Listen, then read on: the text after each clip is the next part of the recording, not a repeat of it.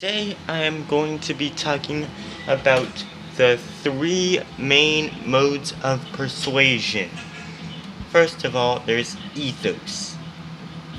If someone is building up their ethos, then they're building up their credibility. They're trying to make themselves look like a reliable source. We see this with flat earthers. Now, there are several different flat earthers mainly use scientific words. In fact, they use them a lot. Now, there are three main reasons. Now, there are two main reasons why flat earthers use them. Note, I'm not committing the black and white fallacy. I'm saying that there are two main reasons. There are maybe some flat earthers that use the scientific wordings for less widespread reasons, but I'm not talking about less widespread reasons. So the two main reasons flat earthers use certain scientific jargon are A. They think it they are genuinely convinced that it adequately expresses a phenomenon that otherwise would be unaccounted and unaccountable for on a flat Earth model. And number two, they're just saying it to hype up their ethos. Now, if you ever see a flat earther or using a scientific term, ask them, hey, I noticed that you recently used a scientific term. Can you clarify why you are using this term? Is it A, you are just trying to hype up your ethos? B, you are sincerely convinced that the phenomenon you have named produces an adequate explanation of what would otherwise be unaccounted and unaccountable for on a flat Earth model, or C, some other reasons. Now, if some ethos is basically the credibility, then there's pathos. The pathos is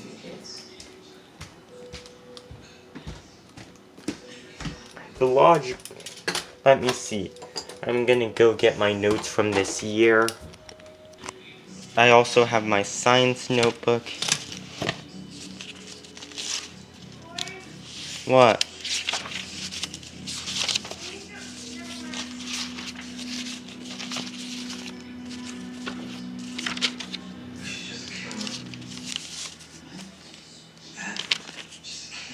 Okay, the tools of rhetoric are ethos, again, that's hyping and adding the credibility. Pathos is basically an emotional appeal. Wait, that kind of sounds like a well-known logical fallacy. But relax, it is possible to build up pathos without committing the appeal to emotion. So whenever you try to build up pathos, don't be so paranoid as to think that you'll be called out for some appeal to emotion. That's paranoia. Then there's logos, which is using the logical reasoning, and generally people that, according to the Wikipedia article, and I also personally believe this, using logos can actually be a useful tool to build up your ethos. And then there's kairos, which isn't really as prominent as the other three. It's about the right timing and placing.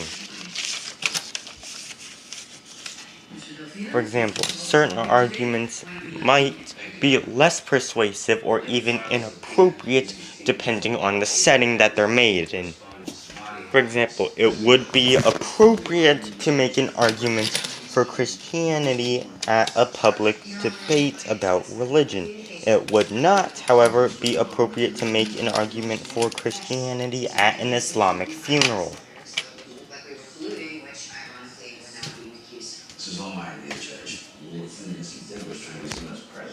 So remember, fire chargers, don't try to debate people at Islamic funerals. Now I'm going to YouTube. Ooh, I have the hadith on my quick display, that thing. Now I'm going to, of course. Now, what did I say I would respond to in my last video? Oh yeah. The Apostate Prophet claimed that Allah subhanahu wa ta'ala. I didn't say the Shahada. In fact, I bet no one can recite the. I bet no atheist can cite the Shahada and remain an atheist, because the Shahada is kind of like this instantaneous, automatic conversion to Islam. As soon as you've said the Shahada, you've automatically become a Muslim, because the Shahada is the profession of Muslim faith. So as soon as someone says that phrase, they've professed Islamic faith and instantaneously became a Muslim. As soon as you from the time you finish reciting the Shahada to the time you either die or choose to take the route of the Apostate Prophet, as soon as you say the Shahada, you instantaneously become a Muslim. Anyway, this video isn't about the Shahada, but it is, however, about the Apostate Prophet.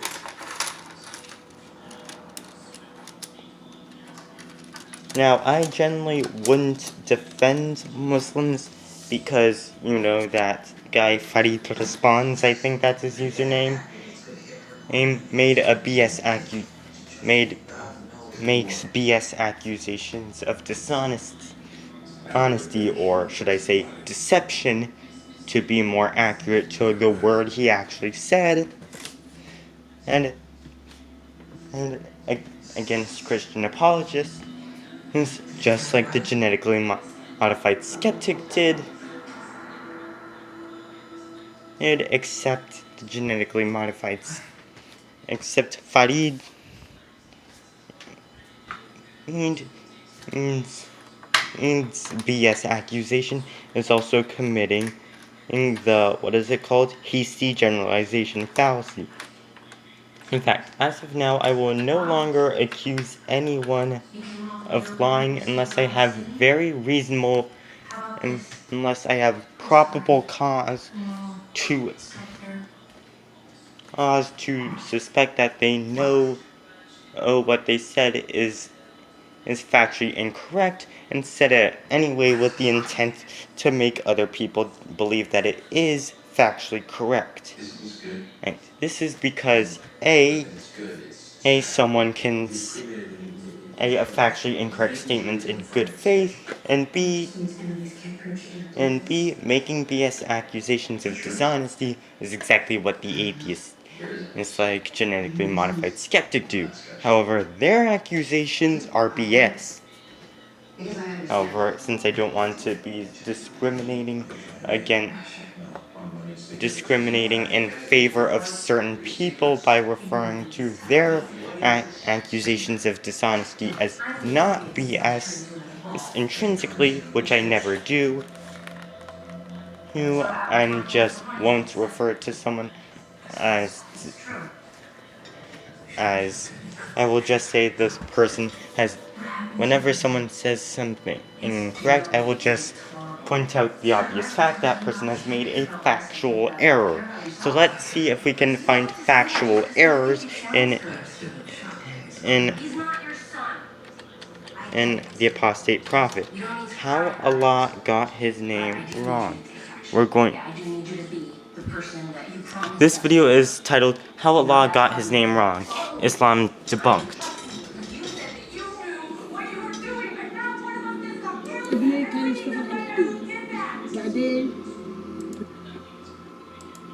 Two consecutive ads. This is just annoying.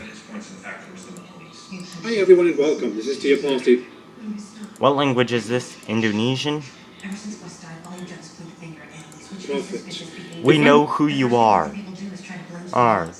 The thing right down here literally says Apostate Prophet. Do you really think we don't know you're the Apostate Prophet? Point out and ask Muslims what the name of their great and amazing God is. They would most definitely agree that his name is Allah and always was Allah.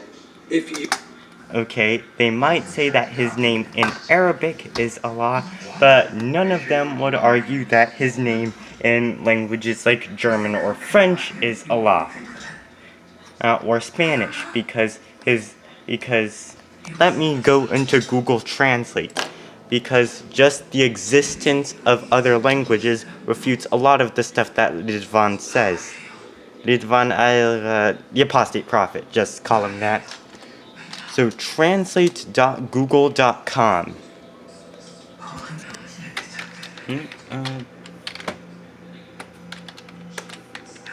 In fact, this could translate as Japanese, it's kami. German, it's... Remember, clips from Google Translate aren't copyrighted. Now let's go to Arabic. Afrikaans, same spelling. French. Well, French is descended from Latin, so I would expect that. Danish. Danish is closely related to German, just like English is, so I would expect that. Though English does have a significant amount of French influence due to the 1066 Norman conquest. It doesn't have that much Norwegian influence because I don't know the right, because the attempted Norwegian invasion of England was, what's the word? I think the right way to describe that is unsuccessful. Now let's go to Hungarian. Wow, Hungarian's really weird. That has to be related to at least... Remember, this refutes so many... Voice output isn't available for Irish. That's discriminatory. Icelandic. Good.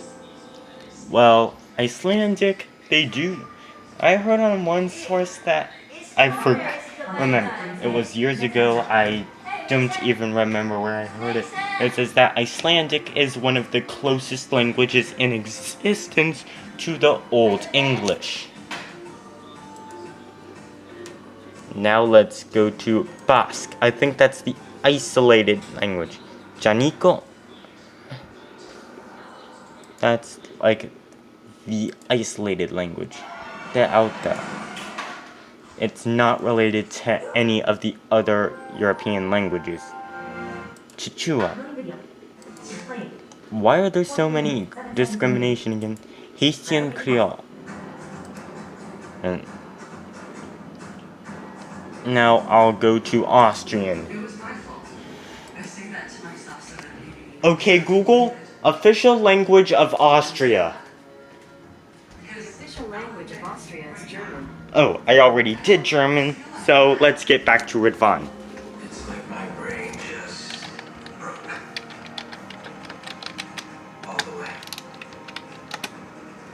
And I can't get that image of her out of my head. Ridvan, I think that's... You think that too? then be ready for a Allah and always was Allah. If you think that too, then be ready for a surprise. A while ago, I published a video about whether the God that Muslims worship is the same God that Jews and Christians worship. In that video, The answer is definitely not. If you go to 9:30, chapter 9, verse 30 of the Quran, It's just enough to make you want to die.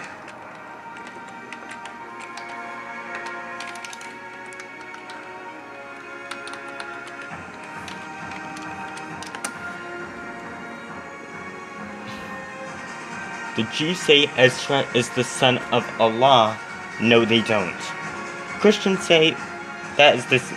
They imitate this saying of those who disbelieved before them. No, the pre-Christian and pre-Judaic and pre-Judaic atheists never said that, and pagans never said that Ezra or Jesus was the son of God. In fact, and we have no evidence of any Jewish sect that ever said that. Now, a stark minority. How can this Allah be the God of the Jews if he doesn't know what the Jews actually believe? In fact, they also agree with this. And apparently, this revelation from Allah refers to Allah in the third person.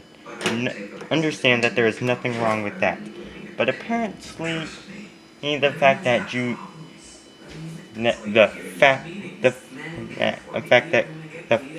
that Christians and Jews believe that that God has a son is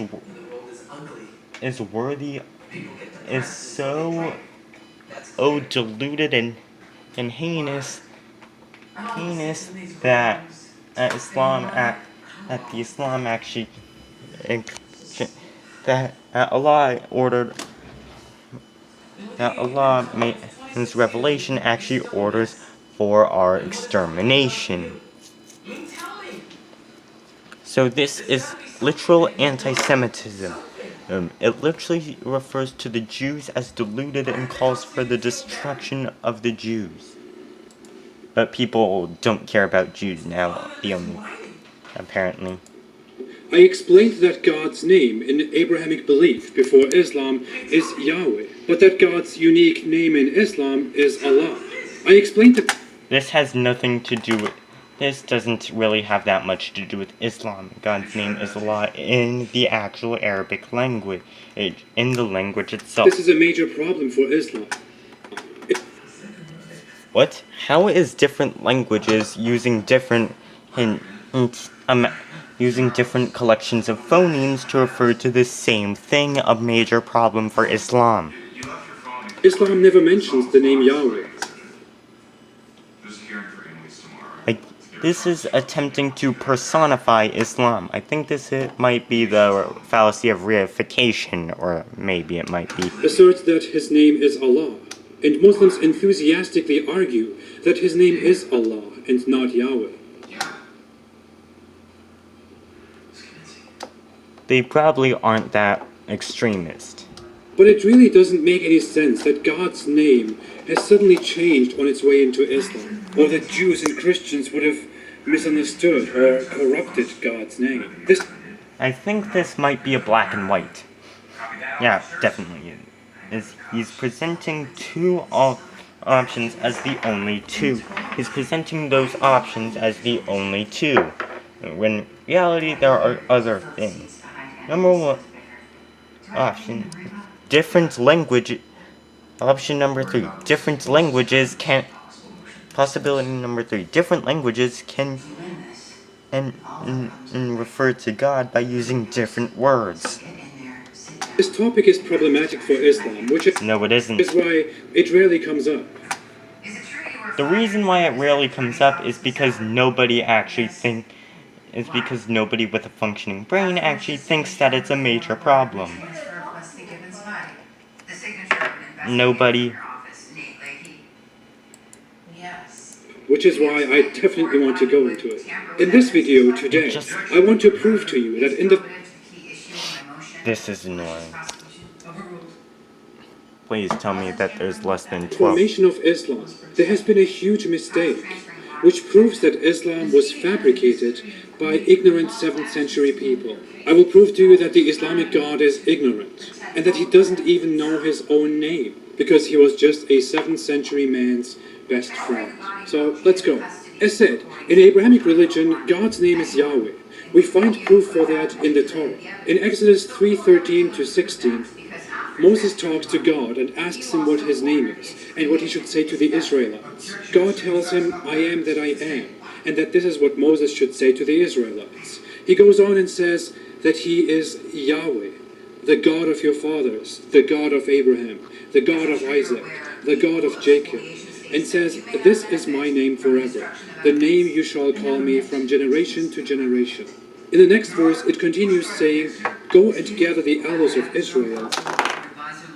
Wait, Cosmic Skeptic thinks that it's a problem for Christianity that children get potentially fatal diseases? How is that a problem? If so, imply your logic consistently because since your worldview holds that children just die and become food for worms. Back to the Apostate Prophet. And say to them, Yahweh, the God of your fathers, has appeared to you. I really don't have enough time. So it is pretty clear that Yahweh is God's unique name. Now, it would be expected that Islam either mentions Yahweh and accepts this as Allah's name, or Islam never mentions Yahweh and rejects this as Allah's name. False dichotomy. The second option is true. That's what Muslims believe. And here we come to a huge problem for Islam. It is very common among religious groups to use theophoric names, names that contain the name of your God. This was also a common practice among the Israelites and their prophets. And since Islam adopts and claims the entire biblical tradition and religion and their prophets, these prophets appear in Islam too. In fact, many Muslims still use these names from the Israelites today. I have encountered quite a few Muslims by the name Zakaria. Zakaria is the Arabic Islamic form of the biblical name Zechariah. I have also met at least two Muslims, who had the name Yahya. One of them a very devout believer of Allah, by the way. Yahya is the Arabic or Islamic form of John, or in Hebrew, Yohanan or Yahya. These two names are theophoric names that contain the name of the biblical God, Yahweh. Zechariah means Yahweh remembers. Yahya means Yahweh is gracious, if it is Yohanan, or Yahweh lives, if it is Yahya. Now, if I asked Muslims what they think about the fact that their God's name is Yahweh, they wouldn't know how to answer, and they would stridently claim that his name is Allah and nothing else, and that he has some 99 meaningless names that describe his attributes. The Quran itself affirms that Allah's name is Allah. It even briefly tells the story of Moses and Allah twice, and says that Allah called himself Allah, which is his name. The Quran calls him Allah all the time. Muhammad calls him Allah. Allah himself says in the Quran, I am Allah. The Muslim creed says, there is no God but Allah. Oh, he just recited the Shahada. He's officially a Muslim now. There is no God but Yahweh. In fact, Muslims use their own theophoric names very popularly. The most common Islamic theophoric name is Abdullah, which literally means servant of Allah or slave of Allah. But the names Zakaria, which means Yahweh remembers, and Yahya, which means Yahweh is gracious, are both mentioned in the Quran. And the Quran is supposed to be the direct word of Allah. Of course, the author of the Quran didn't have any idea who or what Yahweh is, and that these names contain Yahweh. Ironically, according to the Quran, it was also Allah himself who gave Yahya, John the Baptist, the name Yahya, John, which praises Yahweh, not Allah. There is another Again, name the different languages thing. So big, it kills it all. Jesus. In Islam, Jesus' name is Isa, and is weirdly supposed to have come from the Hebrew Yeshua. Yeshua means to save, and etymologically comes from Yehoshua, which means Yahweh saves. Jesus was a huge character. Why does Jesus, such a big character, such a big name, mentioned throughout the Quran too, contain the name of Yahweh, not of Allah? Ironically, according to the New Testament, it was God himself who gave him that name. Now, with all of this, of course you could say, maybe Yah is just a title. Yahweh is just a word used for God. Such an objection could come, and it could even be considered a reasonable objection, because some cultures, like Christians, use theophoric names that contain the title of God, not the name of God. Among Christians, names such as Theodore, Gottfried, Bogdan, or Amadeus are names that mention God by his title, not by his name. Therefore, Muslims could argue that Yah or Yahweh was also just a title used by Jews. And this is where we have another major problem, and a final blow. There is a character that appears both in the Quran and the Bible. Elijah, in Arabic, Elias, in Hebrew, Eliyahu. Eliyahu literally means, my God is Yahweh. El stands for God. Yahu stands for Yahweh. It couldn't be clearer. This name makes it clear that God's name is Yahweh, and the Quran explicitly mentions this name. How would a Muslim explain the fact that in their holy scripture, supposedly authored by Allah, Allah himself uses the name Elias, which literally means my God is Yahweh, as opposed to my God is Allah?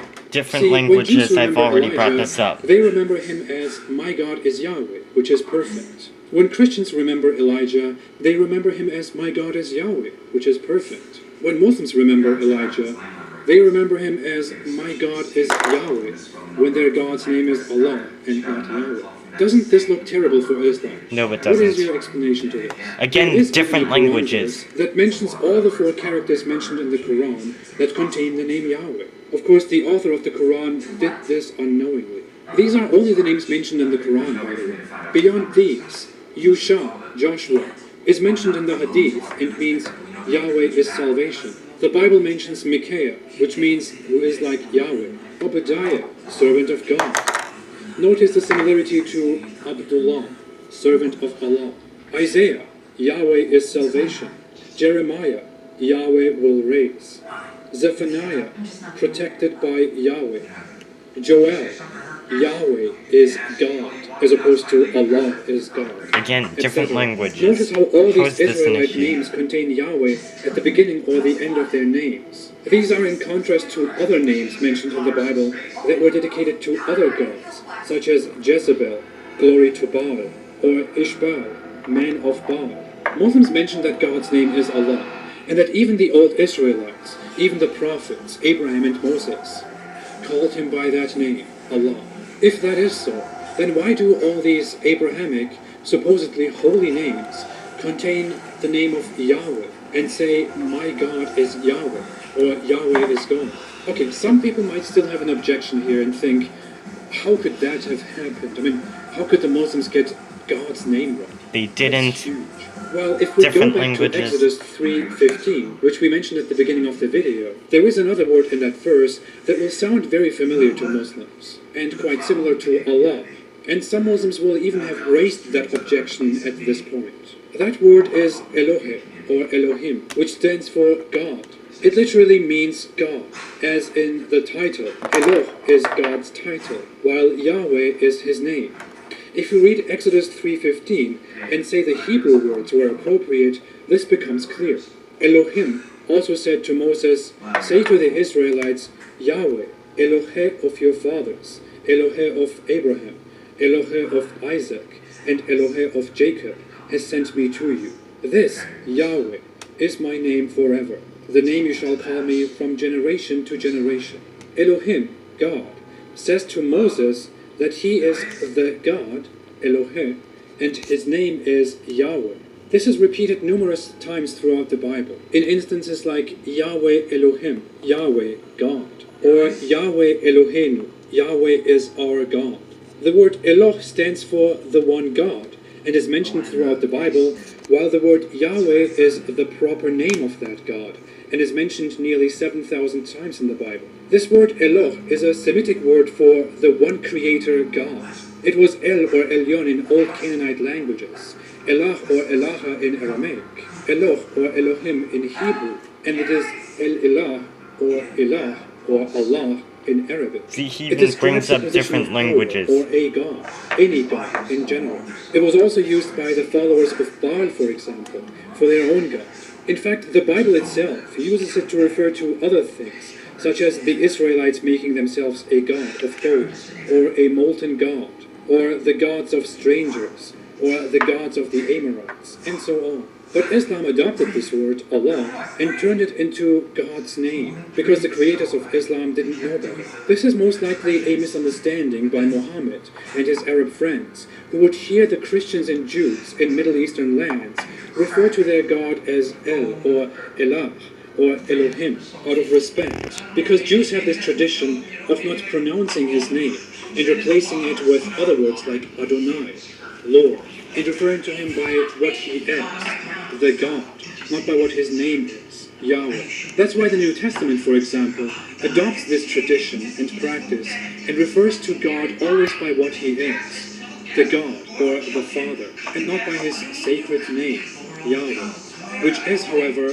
part of the Bible as it is mentioned abundantly in the Old Testament. Of course, Muhammad misunderstood all of this because of how bright he was. As a result, Muslims falsely know their God as Allah today, because their God is actually an ignorant man from the 7th century, Muhammad. All he knew was that Christians and Jews called Different their languages. God Elah or Allah. This is a great way in which Christians and Jews totally confused Muhammad and today's Muslims, who have no idea of the name Yahweh. Dear Muslims, you have been fooled. It's time to wake up.